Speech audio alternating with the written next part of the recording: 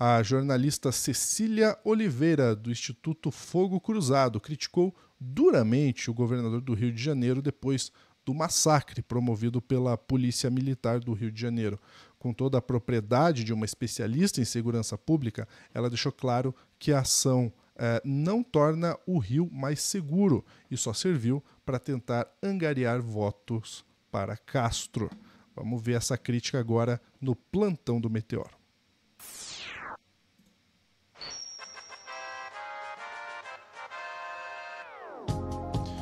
Muito bem, é claro, Sofia Labanca, que com essa notícia dessa mega operação realizada, muitas opiniões foram compartilhadas nos jornais, nas redes sociais. Agora, é importante a gente ouvir pessoas especializadas, como a da nossa querida jornalista Cecília Oliveira, né? Cecília Oliveira, maravilhosa, né? Eu diria que é uma das, se não a maior especialista em segurança pública no jornalismo brasileiro. Faz parte lá do Instituto Fogo Cruzado, que é um banco de dados aberto aí sobre violência armada, não só no Brasil, como em toda a América Latina. E ela tem um excelente trabalho aí nas redes sociais e fez um vídeo, que eu não vou exibir o vídeo inteiro, porque são 5 minutos aí de vídeo, mas vou exibir alguns trechinhos aqui desse vídeo dela, falando sobre essa operação, e eu coloco operação entre aspas aqui, porque foi um massacre, né, realizado no Rio de Janeiro essa semana. Vamos ouvir.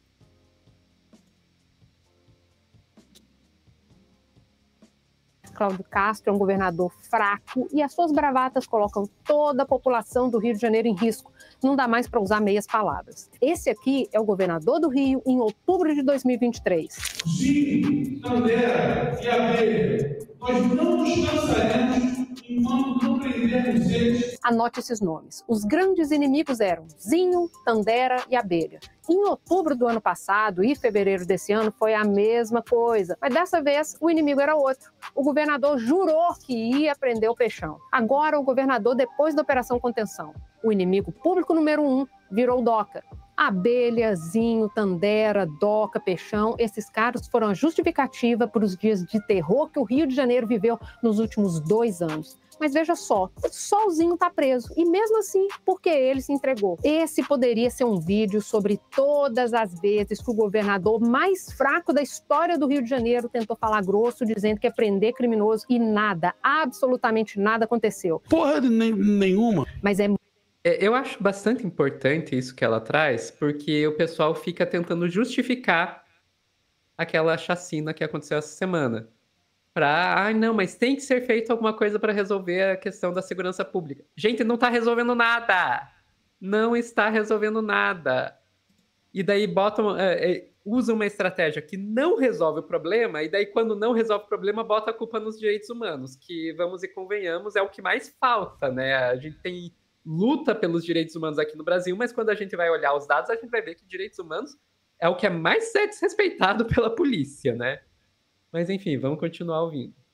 Muito pior do que isso. O governador é mal avaliado e não tem nenhuma realização digna de nota nesses 5 anos de governo. Pergunta aí para qualquer morador do Rio de Janeiro o que passa na cabeça dele quando ele ouve o nome do Cláudio Castro. Provavelmente ele vai lembrar dessa mochila cheia de escândalos que o Cláudio Castro carrega nas costas. Essas mega operações policiais viraram sua única alternativa de propaganda, e com sucesso, né? Porque ele foi reeleito sem muito esforço, apesar de ser esse bravateiro. É uma coisa que se repete desde o início do mandato. A polícia vai para a rua, coloca a vida dos policiais em risco, de milhares de pessoas em risco também. Sabe quantas vítimas de balas perdidas nós contamos em operações policiais de maio de 21 para cá? 363. Sabe quantos policiais morreram nessas operações nesse mesmo período? 63. Adiantou alguma coisa? Você viu como é que as pessoas estavam muito seguras ontem? Aí é outro ponto que é bem importante trazer também, porque se fala tanto, mas vocês estão protegendo bandido. Mas, gente, não é só bandido que tá morrendo. Não é só bandido que tá morrendo. Tá morrendo gente inocente, tá morrendo vítima de bala perdida, tá morrendo policial. Não é só bandido. Enfim, daí eu vou avançar para uma partezinha um pouco mais para frente aqui do vídeo, que é respondendo, mas então faz o quê? Vamos ver o que faz. Cecília, mas você quer que enfrente o crime com flores? Não, é óbvio que não. Mas seria um ótimo começo a gente já impedir que mais fuzis cheguem para o crime. Você viu essa notícia aqui circulando, né? 75 fuzis foram apreendidos, beleza. Mas essa notícia aqui, a planilha do Comando Vermelho de gastos com armas e munições, dos 5 milhões de reais gastos em um único mês, mais de 1,5 milhão foi para o CAC Eduardo Bazana. O que eu estou dizendo é que não temos uma ação coordenada, planejada. Se tivesse planejamento, o Comando Vermelho não tinha parado a cidade ontem, não tinha matado 4 policiais. O que tem é um governador fraco, tentando mais uma vez fazer propaganda de si, porque ele é candidato ao Senado ano que vem. Então... Aí é que tá. Gente, não é na favela que você vai conseguir resolver esse problema. Não é na favela que você vai conseguir resolver esse problema. O crime organizado ele tem que ser asfixiado nas favelas. Você não pode deixar lavar o dinheiro, porque é atrás disso que eles estão. Não pode deixar chegar as armas, não pode deixar chegar as drogas. É asfixiado. E para você asfixiar o crime organizado nas favelas, a ação não é nas favelas. A ação vai ser nos grandes centros econômicos, vai ser em Brasília, vai ser no Palácio da Guanabara, e aí por diante. Mas, enfim... eu queria destacar aqui um outro ponto, que ela mostrou ali no meio, o que o Carioca lembra quando fala de Cláudio Castro. Ela falou de uma mochila de escândalos. Vamos pensar um pouquinho nos escândalos? Ela mostrou lá, essa reportagem aqui, propina na mochila e viagem para a Disney. Delator revela esquema de Cláudio Castro. Marcos Vinícius Azevedo da Silva detalhou recebimento de propina nas gestões de Castro como vereador e vice-governador. Gente, é literalmente propina na mochila, sabe? Mala de dinheiro. Também mostrou sobre isso aqui, essa fotinho aqui. Quem é esse cara aqui? TH Joias. Essa fotinho aqui viralizou, como o DCM está falando aqui, né? Cláudio é ironizado na web por fotos com o vereador ligado ao Comando Vermelho. Não é nem só o Comando Vermelho, gente. Esse cara aí, ele era fornecedor de armas para todas as facções criminosas de São Paulo. Ele não fazia distinção de para quem ele estava vendendo. Entendeu? E a gente já falou em um outro corte aqui, Lúcio, sobre a tentativa do Cláudio Castro de liberar refinarias suspeitas de ligação com o tráfico. E que ele suspeita também de sonegação fiscal. Inclusive, ela acabou levando ele ao STF. Vocês estão entendendo? É disso que a gente está falando. É disso que a gente está falando. Mas, enfim...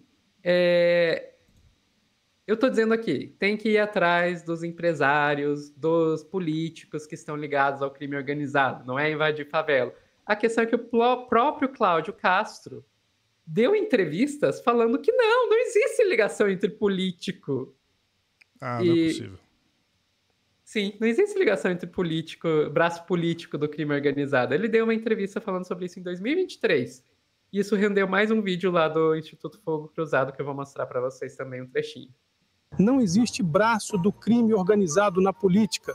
Não há evidências concretas da atuação direta do crime organizado dentro das instituições políticas. Para quem não conhece, esse aí é o Cláudio Castro, morador ali da Terra do Nunca ou daqueles panfletos de paraíso que a gente costuma ver por aí, vocês sabem qual, né? O governador parece que está ignorando o motivo para ele ter sido perguntado sobre isso aí, que foi a operação da PF que prendeu 14 pessoas, inclusive o amigo dele, o TH Joias. TH era deputado estadual no Rio de Janeiro e foi preso, veja só, por vender armas e drogas para todas, veja bem, todas as facções do Rio, um eclético, né? E aí você pode falar, Cecília, isso é caso isolado. Vamos voltar um pouquinho no tempo aqui para poder ver? Vamos começar ali com uma antiga conhecida nossa, a Liga da Justiça, aquela milícia famosa da Zona Oeste, aquela que tinha como chefes ninguém menos que o ex-vereador e o ex-policial Jerominho e o irmão dele, o ex-deputado estadual Natalino Guimarães. Olha só, políticos eleitos chefiando a milícia, mas claro, não há evidências, como disse o Castro. Agora pula para 2018. O assassinato da vereadora Marielle Franco deixou ali óbvias as ligações entre milicianos do escritório do crime e os setores da política e da segurança pública. Policiais, empresários, políticos, todo mundo junto e misturado. Mas claro, sem provas de atuação institucional, como disse o Castro. Um ano depois, a Operação Intocáveis prendeu líderes desse mesmo escritório do crime, incluindo gente ligada ao ex-BOP Adriano da Nóbrega, morto pouco tempo depois ali na Bahia. Adriano, aliás, era tão sem ligação política, como disse o Castro, que familiares dele trabalharam no gabinete do então deputado estadual Flávio Bolsonaro. Veja só. E já que a gente está falando de tráfico, não custa lembrar que em 2017 uma investigação do MP mostrou 70 policiais recebendo mesada das facções. Os policiais chegaram até a alugar fuzis do Estado para esses grupos. A gente está surpreso com alguma coisa até aqui? Acho que não, né? Acho que deu para entender, né? Enfim. Sigam a Cecília Oliveira, pessoal do Fogo Cruzado, que dá para ver que é gente que entende de segurança pública de verdade. Gente que entende de segurança pública de verdade sabe que aquilo foi uma ação eleitoreira. Não tinha nada a ver com segurança. E excelente formato, né, do Fogo Cruzado. Adorei. Adorei o formato de se comunicar, né? Gostei muito. Sofia, eu queria aproveitar esse corte. Você citou um pouco sobre a questão de que todas as vítimas ali, a gente está falando de vítimas de fato, vítimas que não tinham nada a ver, né, com a operação, com o crime organizado, com nada. Os policiais também morreram, os policiais também morrem nesse tipo de coisa. E teve hoje um depoimento muito forte que saiu na mídia. Vou colocar aqui na tela, que foi mãe de um dos policiais civil morto em operação. Essa é uma reportagem do Brasil de Fato. E a mãe de um desses policiais falou o seguinte: os bandidos encurralaram ele, assim como o delegado Bernal Leal, internado em estado grave. Aquele infeliz do Cláudio Castro sabia que os policiais não tinham condição de encarar o Comando Vermelho. Meu filho só tinha 40 dias de corporação. A declaração ocorreu no sepultamento do inspetor de polícia na última quarta-feira, 29. Rodrigo Veloso Cabral tinha 34 anos e deixa esposa e uma filha. Aspas. Meu coração apertou quando falaram que um policial morreu. Quando apareceu o nome dele no noticiário, entrei em desespero. Antes de ir, ele disse: mamãe, te amo, volto em breve. Meu filho era amor, meu filho era sorriso, disse emocionada. E é isso que você falou no começo do corte, Sofia. Por política, por ações politiqueiras, tem muita gente morrendo. Muita gente morrendo. Mais algum ponto, Sofia? Não, ficamos por aqui. Um grande abraço, até a próxima.